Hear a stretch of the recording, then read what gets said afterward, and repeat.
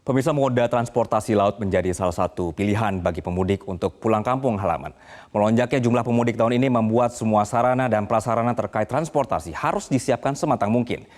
Berikut beberapa data yang sudah kami siapkan terkait moda transportasi bagi pemudik dan juga berbicara tentang mudik di tahun ini. Jadi karena lebaran kali ini adalah lebaran pertama kita, pemirsa, tanpa ada pembatasan lagi atau PPKM, sudah pasti berarti semua orang kangen ingin mudik dengan leluasa. Sehingga Kementerian Perhubungan melakukan survei melalui Badan Kebijakan Transportasi yang hasilnya adalah di sebelah kiri saya ini, pemirsa, mengenai prediksi jumlah pemudik di tahun 2023. Oke, diprediksi pergerakannya, pemirsa, sampai di angka 123,8 juta orang. Anda bisa bayangkan, 100 lebih juta orang bergerak bersamaan. Ini angkanya meningkat 14,2% dibandingkan tahun sebelumnya yang mencapai 85,5 juta orang. Jadi bisa kita bayangkan ya bagaimana kondisinya pemerintah benar-benar harus membuat semuanya lancar. Harus diperiksa satu persatu sampai nanti menjelang hari H dan juga nanti arus balik. Kita bergeser ke data berikutnya, pemirsa. Baik, ini adalah beberapa faktor-faktor kenaikan jumlah pemudik. Ada karena PPKM sudah tidak ada lagi, gitu. Jadi ini memasuki juga para masa pra-endemi yang mendekati normal pasca pandemi, kemudian perekonomian yang juga semakin membaik. Ini adalah beberapa faktor yang diprediksi menjadi penyebab kenapa tahun ini melonjak gitu sampai di atas 100 juta lebih. Kita bergeser ke slide berikutnya.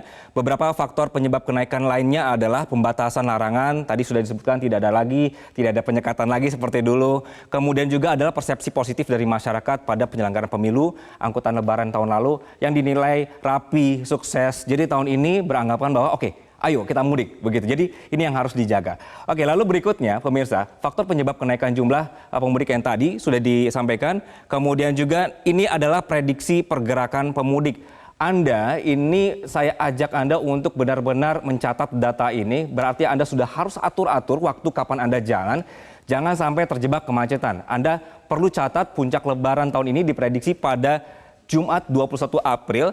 Kalau misalnya kita breakdown lagi puncak arus peningkatan perjalanan itu, pemirsa, dimulai dari H-3 atau di hari Rabu 19 April. Ini diperkirakan sudah akan ada mulai pergerakan. Jadi Anda harus catat ini. Kemudian arus baliknya nanti itu ada di puncak arus balik di H+2 yang diperkirakan jatuh di Selasa 25 April 2023. Ini juga harus diperkirakan. Kemudian pergerakan yang masih tinggi ini di H+3 yaitu di Rabu 26 April 2023. Simpelnya gini deh pemirsa, di tanggal 19 ini Anda harus hati-hati. Jadi sudah ada pergerakan. Nanti puncaknya seperti yang diperkirakan tanggal 21 April. Jangan sampai kelewatan ya. Oke, kita bergeser. Selanjutnya dari survei Kementerian Perhubungan. Pada tahun ini pemudik paling banyak menggunakan mobil pribadi, motor, dan bus. Rincian datanya seperti ini pemirsa. Mobil pribadi di angka 27 juta. Bayangkan kalau semuanya tidak Anda atur kapan Anda berangkat, menumpuklah begitu ya. Busnya masih tinggi juga di angka 22,7 juta. Kemudian juga ada sepeda motor yang tinggi juga di 25 juta orang. Kereta api kemudian selanjutnya di 14,47 juta. Dan juga ada mobil sewa di 7,7 juta. Ini kalau misalnya Anda perhatikan, ini semua darat ya pemirsa. Jadi sekali lagi benar-benar harus Anda perhatikan. Kita bergeser ke layar berikutnya pemirsa. Baik, ini adalah persentase pemilihan moda transportasi. Jadi udara punya rincian dari 3 juta lebih ini penumpang di tahun 2023 menjadi 4 juta di tahun ini. Kemudian juga perkiraan 4,4 juta penumpang selama 15 April sampai 1 Mei 2023, terdiri dari domestiknya di angka 3 juta dan juga penumpang internasional di 800 ribuan. Begitu. Oke, kita lanjutkan ya. Dari moda transportasi ini, kemudian dari sektor moda transportasi laut, kenaikan lonjakan penumpang mencapai 18% dari tahun 2022, yaitu di 2,4 juta ini untuk ke laut. Ini juga tinggi sekali. Oke, bergeser ke berikutnya. Dan tahapan penyelenggaraannya ini kemarin sudah dilakukan untuk laut, dicek kesiapannya, protokol kesehatannya juga masih ada meskipun kita sudah tidak ada PPKM ya. Kemudian posko-posko angkutan lautnya, antisipasi cuacanya nanti seperti apa di mudik tahun ini. Kemudian nanti sudah ada koordinasi dengan angkutan penyeberangan dan pengawasan kapasitas, termasuk juga antisipasi pemanfaatan kapal. Baik, ada lagi satu lagi. Oke, nah ini dia adalah proyeksi untuk pergerakan unit-unit jumlah armada pemilihan transportasinya, ada kapasitas angkut di 32.000, itu unitnya ada di 26, kemudian juga kapasitas angkut di atas 68.000, ada di 111 unit, kemudian ada angkutan yang di atas 65.000, yaitu swastanya pemirsa, itu di 773 unit, dan totalnya adalah di 910. Ini adalah armada-armadanya begitu. Nah, survei Kemenhub ini juga diprediksi bahwa satu lagi ya, satu lagi pemirsa, bahwa sudah ada rem cek, kemudian juga sudah ada pemeriksaan untuk kapal penumpangnya, kemudian juga ada kapal perintis yang dipersiapkan PT PLNI juga, ini semuanya sudah dipersiapkan. Nah, diprediksi bahwa asal pergerakan masyarakat mudik Lebaran ini didominasi dari Pulau Jawa, yaitu sebanyak 77,3 juta orang atau 62% dari total pergerakan masyarakat di mudik Lebaran. Bisa Anda bayangkan jika Anda tidak antisipasi waktu keberangkatan dan juga kepulangan, menumpuklah 70 juta orang ini. Jadi bayangkan rebutan rest area, rebutan tempat makan atau bahkan toilet. Jadi niatnya mau happy sama keluarga ini malah jadi suntuk karena macet atau juga Anda tidak pintar-pintar untuk bagaimana membagi waktu untuk kapan Anda berangkat, begitu ya. Nah, untuk membahas mengenai moda transportasi laut dan semua kesiapan kita, sudah terhubung dengan Dirjen Hubungan Laut Kementerian Perhubungan, Pak Arief Thoha Cahyagama. Kita akan juga mengajak Anda nanti, Pak Thoha, selamat pagi. Selamat pagi, Mas Anggi. Selamat pagi, Pak. Pak, jadi tadi sudah ada angkanya ya, unit-unitnya sudah jelas. Ini kemarin juga Pak Presiden sempat ke Merak juga. Berarti bisa kita bilang sudah siap untuk jalur laut, Pak? Ya, terima kasih Mas Anggi. Selamat pagi para pemirsa Metro TV. Betul sekali bahwa kami dari Kementerian Perhubungan, semua moda, baik darat, laut, udara maupun perkereta apian telah mempersiapkan diri untuk menghadapi melayani masyarakat yang akan melakukan mudik Lebaran di Lebaran tahun ini di 1444 Hijriah. Kami di Transportasi Laut tadi sudah disampaikan oleh Mas Anggi bahwa armada kami cukup banyak dari 26 unit dari PT PLNI yang kapal besar-besar itu, kemudian ada 111 unit kapal perintis yang berkapasitas antara 500 sampai 1.000 orang, kemudian juga ada 773 armada swasta yang dimiliki oleh seperti Damar Lautan, kemudian Ekspres Bahari dan sebagainya yang sudah siap, sudah dilakukan ram cek untuk kesiapan keselamatannya. Jadi overall kami sudah mengantisipasi untuk kapasitasnya cukup memadai, dari tadi kenaikan 18% menjadi 2,4 juta.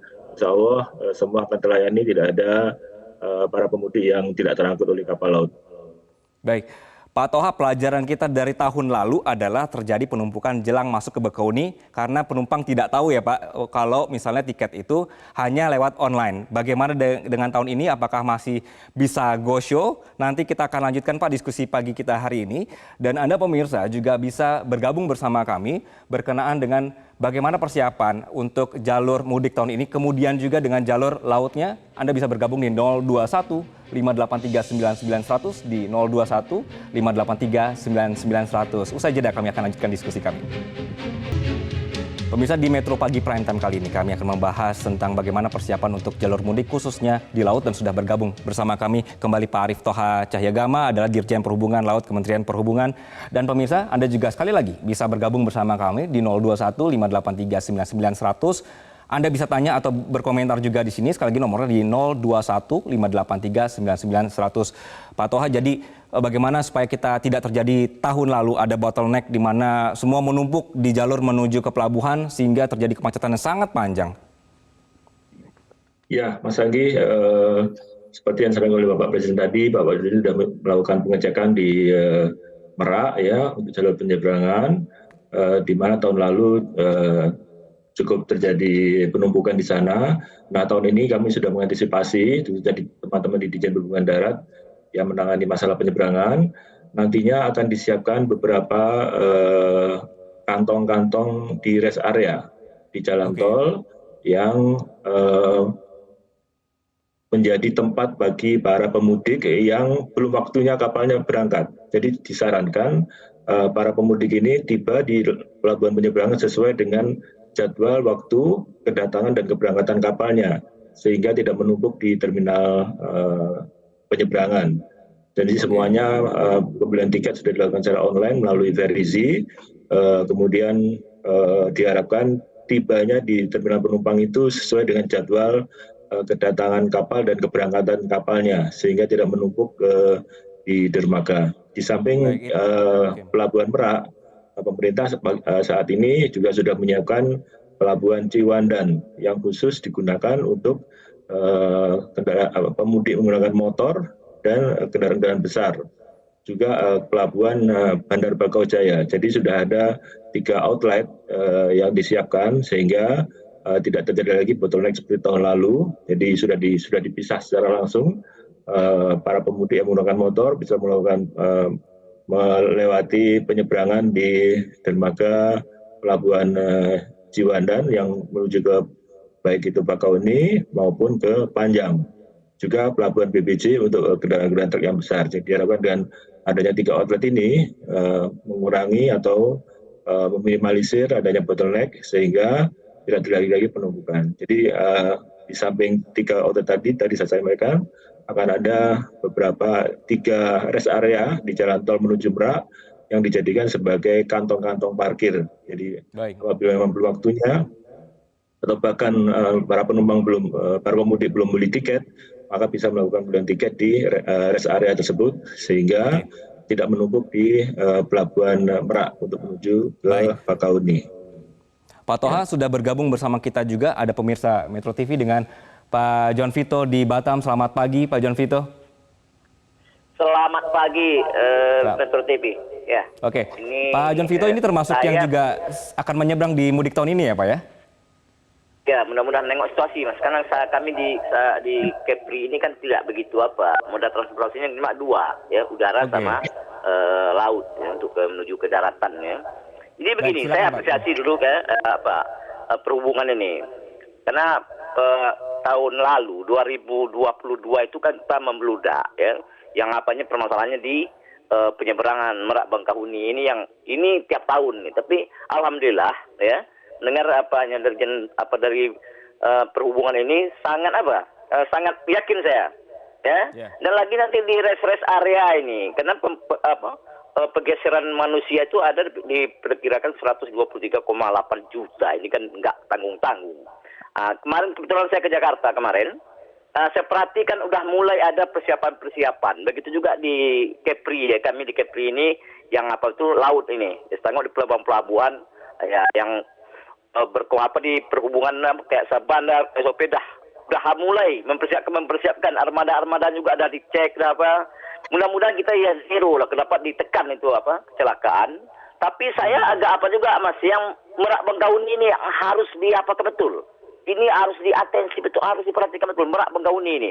Karena saya tengok, coba bayangkan sekian kalau di Jawa saja mungkin tidak masalah lah. Cuma dari Jawa menyeberang ke ke arah ke Sumatera ini akan membuat apa lagi? Tapi mudah-mudahan kita dengan persiapan yang ada pemerintah kunjungan Pak Presiden kemarin ini, jadi mudah-mudahan ada perubahan lah ada. Tapi persiapannya saya tengok pemerintah tidak sia-sia. Ya, Oke. karena belajar dari tahun ke tahun sudah belajar ini. Saya tengok nih ada 100 lebih kapal siap ke level ini, 26 kapal besar. Kalau kami memang ada juga kapal besar kayak Sinabung yang arahnya dari Batam itu Karimun yang jalan ke ke Medan sampai ke Jakarta itu ada 2 kapal aja tidak salah yang besar-besar. Tapi cukuplah. Kami yang kita takut ini yang dari Jawa, Jakarta itu ke Merak Bangkahuni itu aja kita takuti. Kalau yang lain enggak. Baik. Pak John Vito. Nah, itu aja. Mudah-mudahan ya ini apa yang kata Dirjen Perhubungan Laut ini dari perhubungan ini berhasil lah mudah-mudahan ini. Ya tidak ada lagi gonjang dan kecelakaan ini dapat ditekan. Mudah-mudahan nih. Oke. Ya, Pak zero John lah, Vito, tapi korban, kalau ya kan? misalnya yang Anda saksikan atau Anda lihat di daerah Anda di Kepulauan Riau, bagaimana dengan pelabuhan-pelabuhan juga sudah mulai terlihat ada persiapan, Pak Vito? Oh sangat, saya Oke. sangat apresiasi. So, apalagi ke SOP-nya, perhubungannya, begitu juga angkatan lautnya, kepolisiannya, Baik. wali kota, wali daerah, gubernurnya Baik, udah Pak siap Vito. betul, ya. Baik ya. Ya. Terima kasih Pak Vito. Pak Vito dari Batam. Pak Toha, jadi tadi Ya. ada apresiasi juga ya Pak ya, sudah ada persiapan yang disaksikan dan Pak Vito tadi sebenarnya juga sudah ada jawaban juga dari Pak Toha adalah sudah ada skema berkenaan dengan bagaimana nanti disediakan kantong-kantong parkir atau kantong-kantong untuk pemudik, kemudian juga sudah outlet untuk yang akan mudik juga sudah dipisahkan ya Pak Toha ya. Pak, jadi kalau untuk daerah sendiri, kalau tadi, karena tadi ada Pak Vito ya, kalau daerah seperti Kepri, Batam ini kan sangat berbasis laut ya Pak, itu persiapannya seperti apa? Betul, jadi Pak John Vito terima kasih. Jadi memang kalau di laut ini ada 294 kantor pelabuhan, Pak, yang sudah mempersiapkan diri. Kami sudah membuka posko angkutan Lebaran 1444 ini sejak tanggal 7 kemarin. Jadi nanti akan ada posko yang merupakan gabungan dari teman-teman dari Syah Bandar, dari TNI Polri, dan juga BMKG, serta Badan SAR Nasional. Ini semua penting, kita tidak bisa bekerja sendiri, kita selalu berkolaborasi dengan instansi-instansi terkait lainnya, terutama BMKG, masalah cuaca. Sebelum kita memberangkatkan kapal, kita selalu mengecek kondisi cuaca agar keselamatan para pemudik menggunakan kapal laut ini bisa terjamin. Dan juga kami menerapkan standar minimal pelayanan di pelabuhan.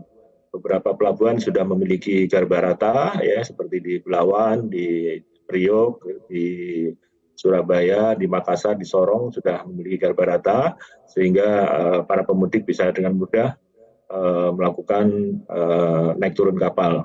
Juga para portir-portir sudah kami siapkan dengan seragam-seragam khusus yang bisa melayani para pemudik. Juga di daerah-daerah terpencil, kita juga menyiapkan kapal-kapal perintis kita, yang juga sudah pembelian tiketnya sudah online. Semua kapal-kapal, kapal pelni, kapal swasta, kapal perintis ini sudah pembelian tiketnya sudah online.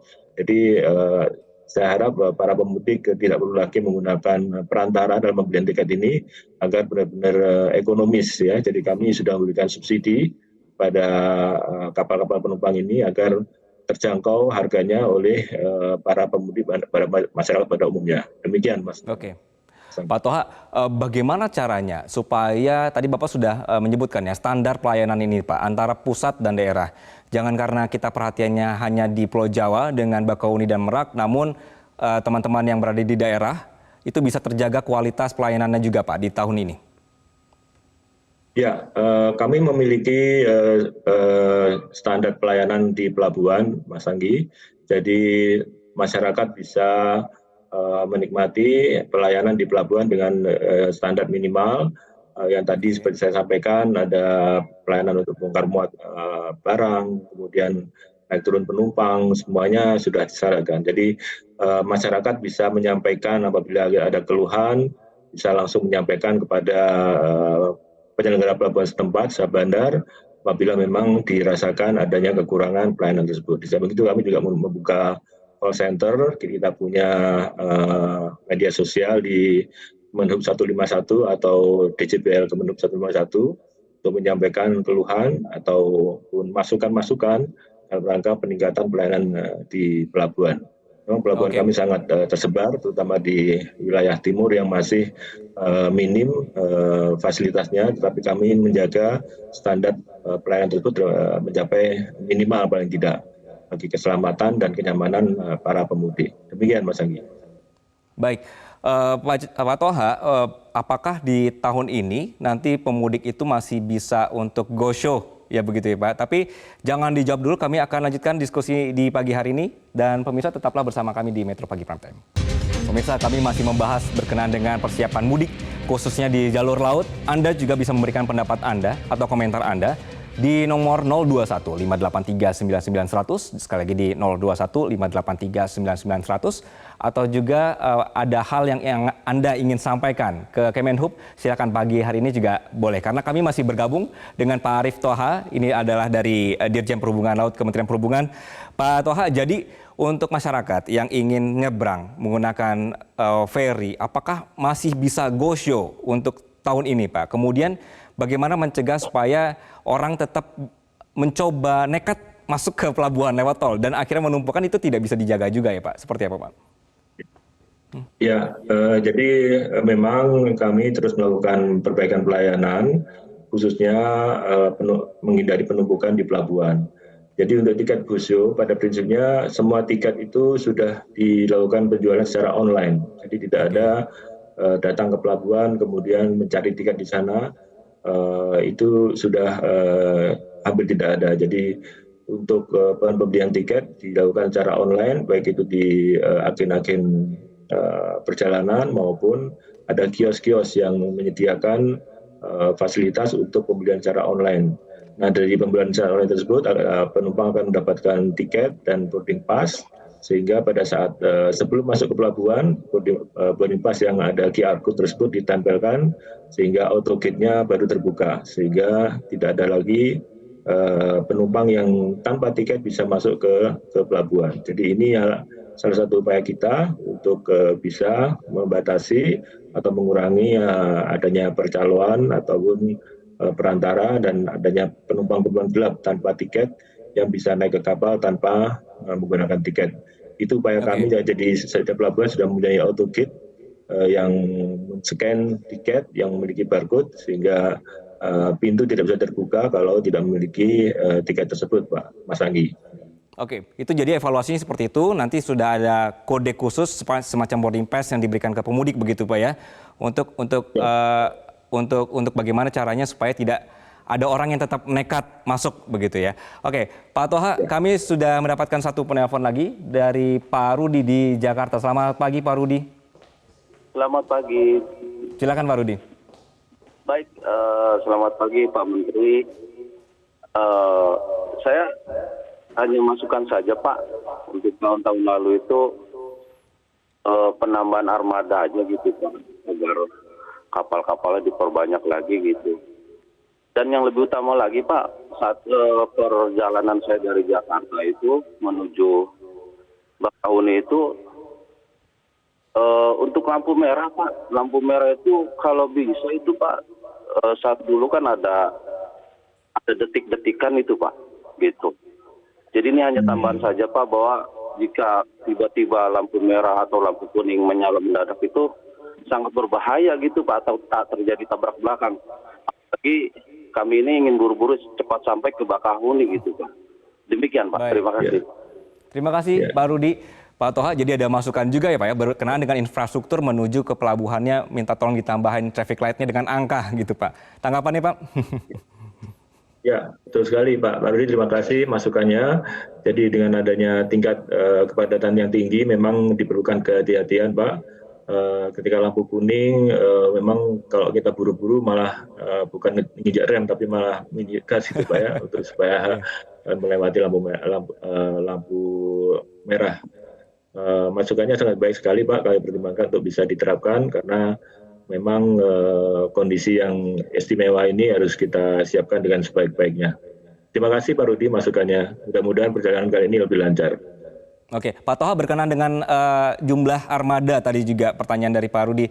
Jadi tahun ini itu memang meningkat atau jumlahnya sama atau memang ada spare untuk cadangan armada Pak? Ya, tahun ini khususnya untuk angkutan laut ada tambahan Pak. Jadi kita menambah beberapa armada, khususnya kapal-kapal baru kami yang sudah selesai pembangunannya untuk kapal-kapal perintis. Kita tempatkan di tempat-tempat yang rawan seperti di Madura, kemudian juga di daerah Balikpapan. Di samping itu kami juga menyediakan armada-armada kapal negara Pak. Jadi armada kapal negara seperti kapal KPLP yang memiliki beberapa ratus armada, juga kemudian kapal dari navigasi yang bisa membantu apabila terjadi lonjakan penumpang yang melebihi kapasitas dari kapal penumpang yang ada. Jadi kami akan membantu mengangkut para penumpang yang tidak terangkut apabila memang ini terjadi. Tapi dari perhitungan mudah-mudahan dari kapasitas kapal penumpang yang ada semuanya bisa terangkut. Tapi kalau tidak, maka kami gerakkan kapal KPLP maupun kapal navigasi untuk bisa bergerak mengangkut mengangkut para pemudik yang belum terangkut tersebut.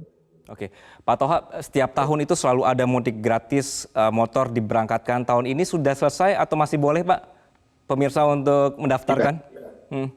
Ya, Memang Mas Anggi, jadi seperti tahun-tahun sebelumnya pemerintah menghimbau agar masyarakat tidak menggunakan sepeda motor untuk mudik karena sangat berbahaya, khususnya yang tujuan di Jawa ya. Betul sekali bahwa tahun ini kita menyelenggarakan angkutan mudik gratis bagi kapal laut khususnya, di samping itu juga di darat kereta api juga menyediakan mudik gratis bagi pemudik dengan motor. Untuk di kapal laut sudah kami buka pendaftarannya sejak sebulan yang lalu dan akan dimulai pelaksanaannya tanggal 15 April dan 17 April. Pendaftarannya kebetulan hari ini ada terakhir Pak Mas Anggi. Jadi para pemudik masih bisa mendaftarkan baik itu tanggal 15 maupun tanggal 17 April. Sehingga tidak perlu lagi bawa motor dari Jakarta misalnya ke mana? Ke Brebes ataupun ke Pekalongan naik motor, tapi motornya dinaikkan kapal, bapak dan keluarga bisa naik kapal. Tetap aman dan selamat semuanya ya Pak ya? Selamat di sana, ya. Jadi masih ada kapasitas, hari ini tanggal 12 masih tersedia kapasitas baru 50% dari 5.000 yang kita sediakan untuk motor dan 10.000 untuk penumpang. Baik. Masih terpakai 50%. Jadi silakan para pemudik yang pengguna motor bisa mendaftarkan di Kementerian Perhubungan Jalan Merdeka Barat nomor 8 untuk mendaftarkan membawa STNK, KTP dan kartu keluarga. Oke Pak Toha. Demikian Mas. Baik. Ya. Pak Toha, terima kasih atas waktunya di pagi hari ini. Harapan kita tahun ini karena angkanya membludak semua tetap sukses ya Pak ya. Terima kasih sekali lagi atas waktu Anda di Meteorologi Prime Time. Terima kasih Mas Anggi.